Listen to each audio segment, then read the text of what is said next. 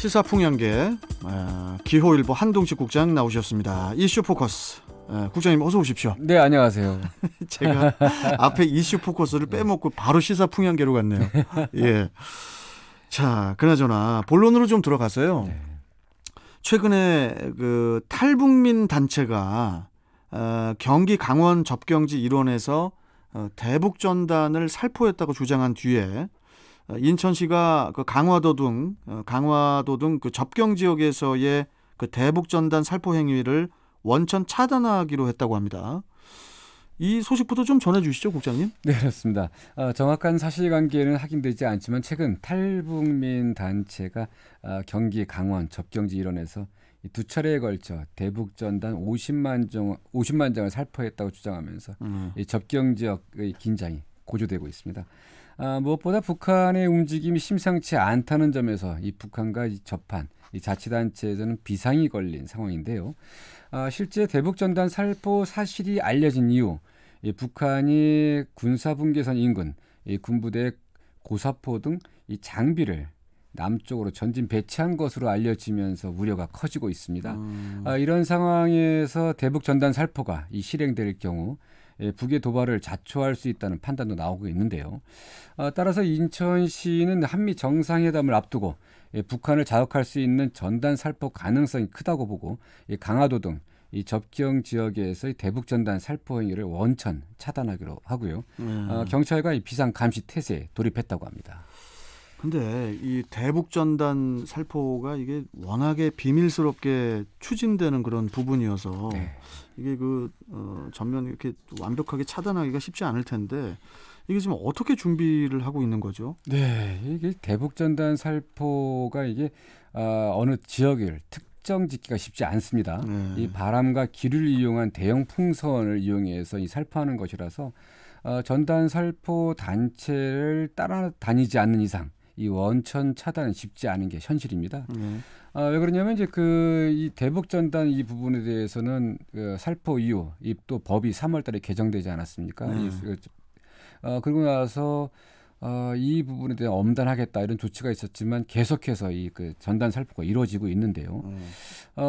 그 대북 전단 살포가 이 북한을 자극할 수 있고 또 이 북의 도발 가능성 때문에 이 접경 지역 주민들이 크게 불안해하는 만큼 이 원천 차단을 하겠다 이런 게 이제 그 인천시 방침인데. 박남춘 시장은 최근 이제 강화군과 옹진군 등 접경 지역 자치단체들과 이 경찰이 이 비상 감시 태세를 갖추고 이 대북 전단 이 살포를 원천 차단할 수 있도록 행정력을 이 집중해달라 이렇게 촉구하기도 했는데 인천시와 경찰은 이 강화 옹진 등 접경 지역 30곳을 대북 전단 살포 가능성이 있는 주요 거점으로 이제 판단하고 있고요. 그래서 이제 경찰력을 집중 배치하는 등 이 상시 감시 체제를 가동하고 있습니다. 또한 이제 지역 주민 자치회 등과 비상 체계를 갖추고요. 주민 신고를 독려하는 한편으로 그리고 대북 전단 금지법에 따라 강력 처벌할 수 있는 내용의 현수막도 이 접경 지역 일대 곳곳에 게시했다고 합니다. 그렇군요. 또 경기도도 그 대북 전단 살포를 차단하기 위해서 그 접경 지역 자치단체들과 이제 협력 체계를 또 마련하기도 했다고 하죠. 네, 그렇습니다.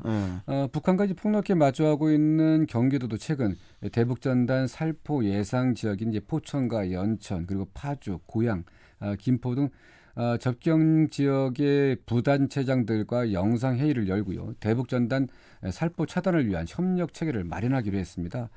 이재명 경기지사는 이보다 앞서 이 대북 전단 불법 살포가 다시 재발되지 않도록 이 방지 대책 마련과 함께 이 전단 살포자에 대한 신속한 수사 및 엄정한 대처를 촉구하는 이 성명을 발표하기도 했는데요.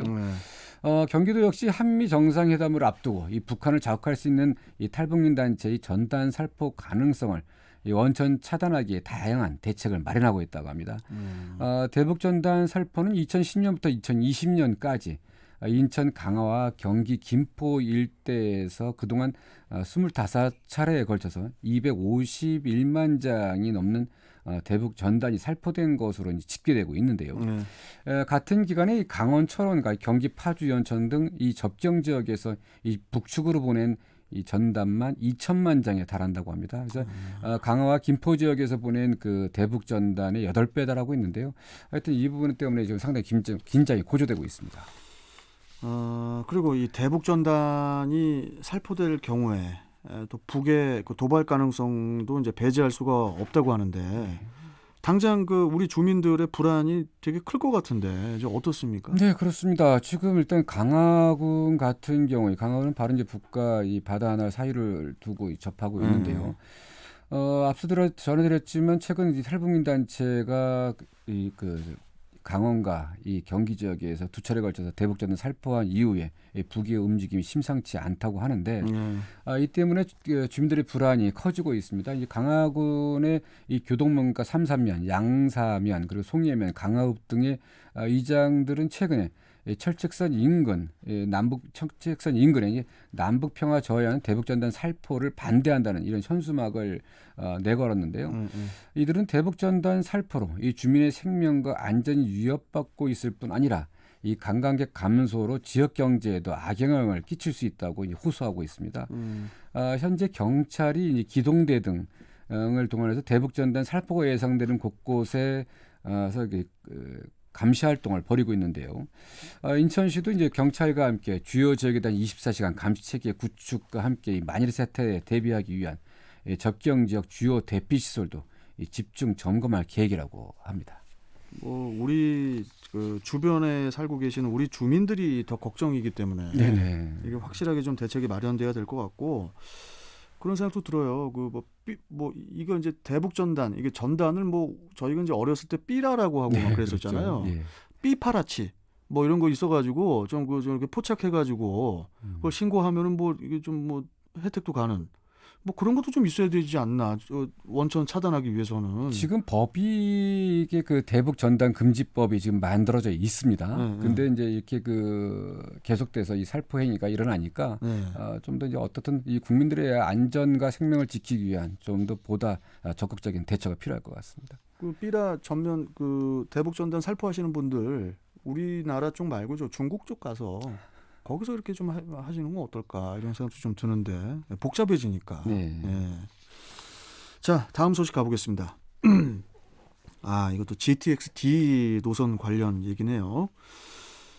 이 GTX-D 노선과 관련해서 저 지역의 이제 반발 소식을 이 시간을 통해서 이제 저희가 몇 번 전해드렸었는데 이번에는 그 GTX-D 노선의 원안 사수를 위해서 자치단체들이 힘을 모으기로 했다고 하는데 이 소식도 좀 자세하게 좀 전해주시죠. 네. 김부선으로 축소된 이제 정부의 GTX-D 노선의 원안 사수를 위해 그동안 이제 주민들이 이제 집회를 개최하고 이제 반발했었는데요. 이번에는 이제 기초단체장들이 나서기로 했습니다. 장덕천 부천시장과 정화영 김포시장 그리고 이정은 서울 강동구청장 그리고 김상호 하남시장이죠. 하남시장 등이 GTX-D 노선이 지나는 이들은 이제 그 GTX-D 노선이 지나는 지역의 기초 단체장들인데요. 원안 사수를 위해서 이제 팔을 걷어붙이고 나섰는데 오늘 오전 9시 잠시 후입니다.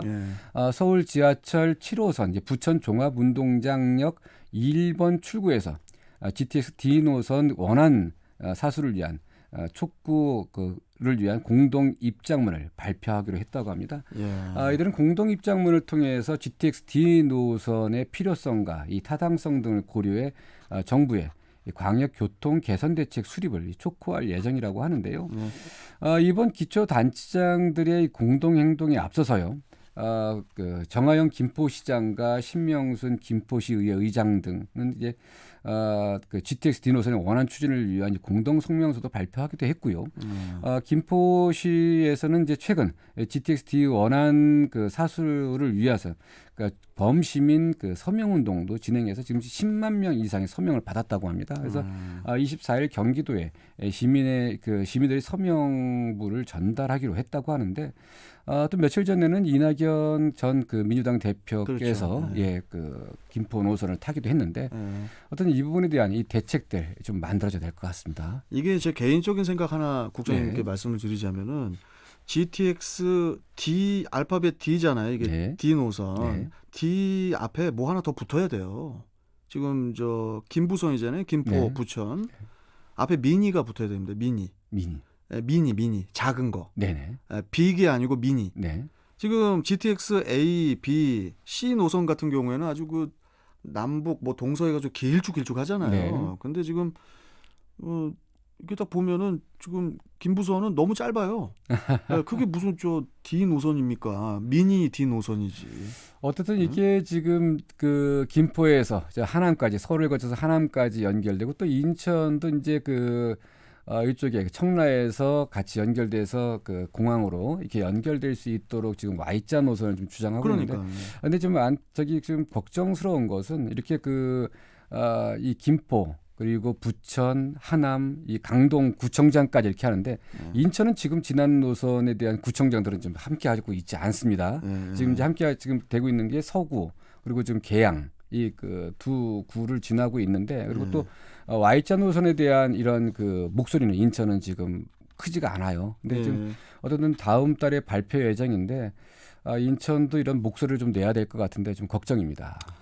신도시 계획을 통해서 김포 신도시가 개발이 된 거잖아요. 네. 그래서 그쪽에 인구를 밀집시켰으면 그 시민들이 원하는 것을 그래도 좀 해줘야죠. 네. 그래서 그런 부분이 시민들의 어떤 그런 나중에 차후에 시민들의 불편함이 없도록 좀 잘 좀 미리 결정이 좀 잘 좀 됐으면 좋겠습니다.